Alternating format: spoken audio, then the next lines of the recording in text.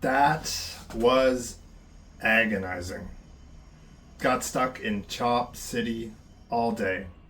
Today's day 11, and it was break even. But to be honest, it didn't matter if this day ended red or green. It was a painful day in the markets. So let's get into it. Don't expect profits.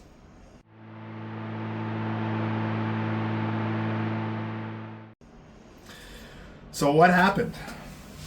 Tokyo grinded up 400 points all night. London kept grinding up.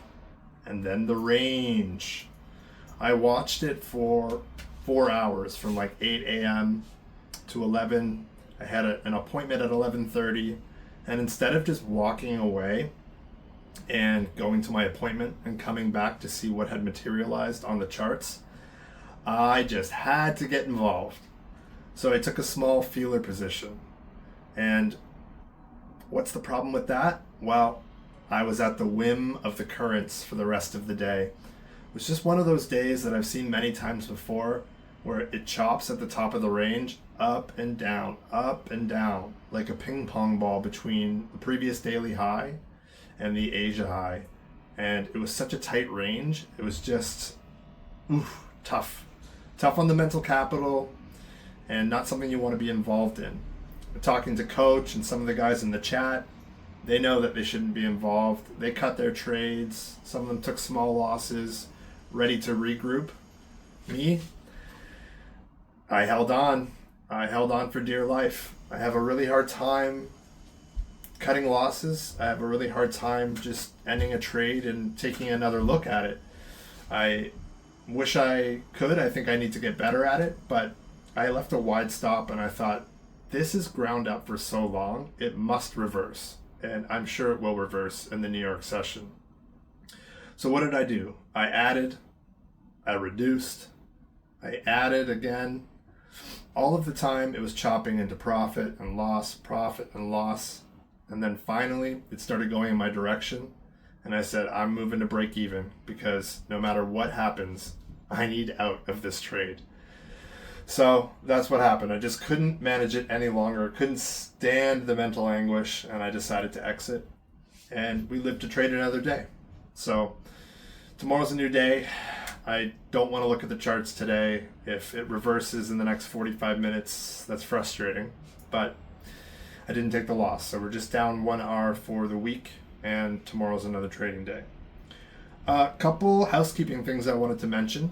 When you see the P&L badge on my videos, that is cumulative, or not cumulative, that is the total P&L on the prop firm between my challenge accounts and my funded accounts.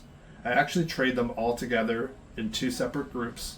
So it's not all like real take-home money, and I don't want anyone to believe that I'm like fudging the numbers or that I'm risking 10K a day or whatever.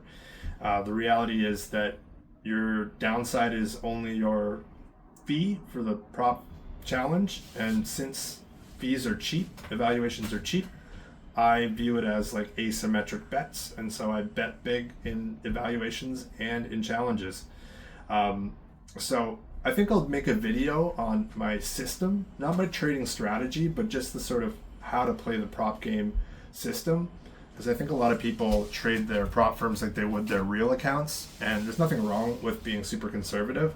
I just don't think the prop firms are set up for that type of trading. I think, with the drawdowns, and just with the fact that if you pay $40 for an evaluation, and you manage to get it funded in a couple of days, and then you have 3 or 4 great trades and you're betting relatively big, you can just pay that back in droves and keep funding new accounts. So it took me a long time to kind of settle on a strategy for prop firms that I think works, and I'm happy to share that with people as if they're interested.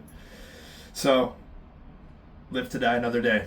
That's the theme. We'll see you tomorrow. Don't expect profits.